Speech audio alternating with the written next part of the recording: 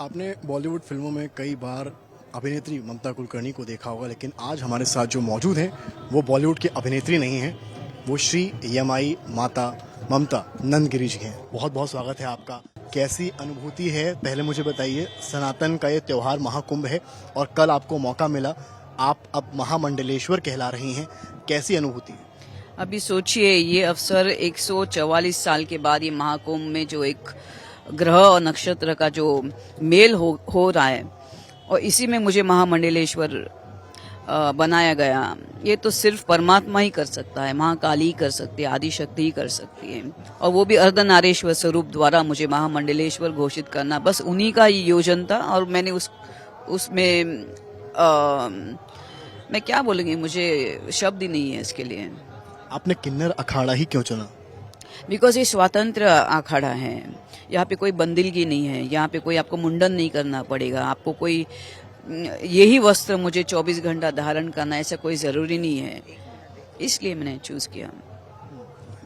आपने तमाम बड़ी बड़ी फिल्में की बॉलीवुड अभिनेताओं के साथ, एक दौर था आपका, शाहरुख, सलमान, अक्षय, और अब ये सनातन की जो संस्कृति है उसको आप आगे बढ़ाएंगी। आप क्या मैसेज देंगी उन सेलिब्रिटीज को भी जिन्होंने आपके साथ काम किया और लोगों को भी? नहीं, सेलिब्रिटीज देखिए, सब चीज जीवन में चाहिए, आपको एंटरटेनमेंट भी चाहिए।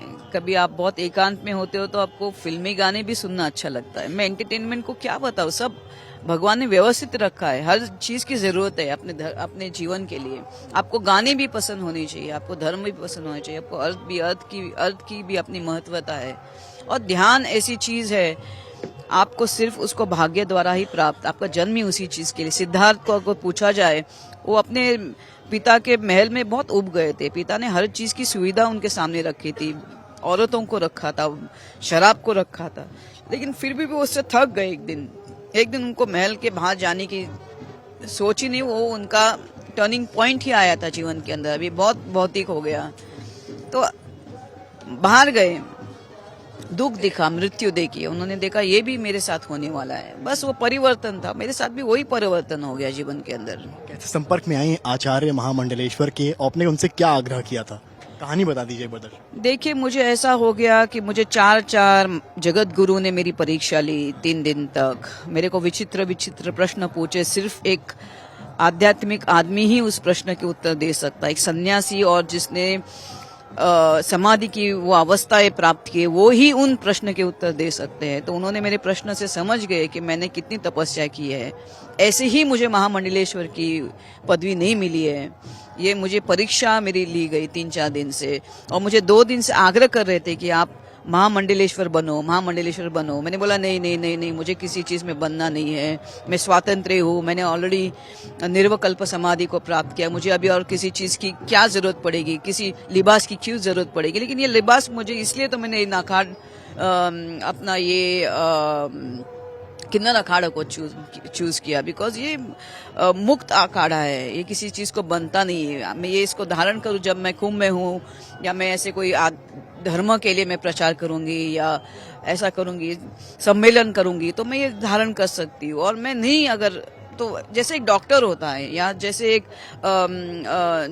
एक पुलिस ऑफिसर होता है, क्या वो अपनी वर्दी बाहर भी पहनता है? जब वो घर आता है तो अपनी वर्दी उतारता है, वैसा मेरा रहेगा। आपने कहा स्वतंत्र आप इसमें रह सकते हैं किन्नर अखाड़े में, तो क्या आप फिल्में करेंगी आने वाले वक्त में?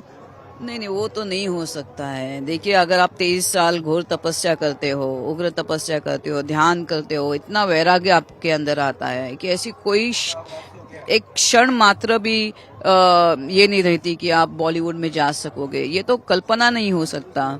और काफी लोग इस चीज को ये कर रहे कि मैं आ जाऊंगी, हो ही नहीं सकता, ये चीज हो ही नहीं सकती। किन्नर अखाड़े में आप हैं, उनके लिए क्या कहेंगी आखिरी सवाल में?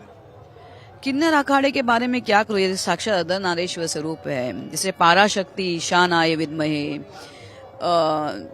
आद्य शक्ति सदाशिवाय धीमहि, तन्नो सज्जोत वाम रुद्राय प्रचोदयात। तो पाराशक्ति, ईशान, आद्य शक्ति सदाशिव, तो ये सदाशिव आद्य शक्ति का स्वरूप है, और उनके द्वारा मुझे महामंडलेश्वर बनना, मैं अपने आप को जैसे एक स्पोर्ट्समैन को 5 साल अपने अभ्यास और अपने श्रम के बाद उनको एक ओलंपिक मेडल मिलता है, वैसे मेरे पूरे 23 साल के अभ्यास के लिए पूर्ण आहुति जैसे है, वही महामंडलेश्वर हो गया मेरे लिए। बहुत आभार आपका समय देने के लिए। तो ये थी हमारे साथ यमाई ममता नंदगिरी जी उर्फ ममता कुलकर्णी, जिन्होंने कहा कि अब वो सनातन के ध्वज को आगे ले जाएंगी।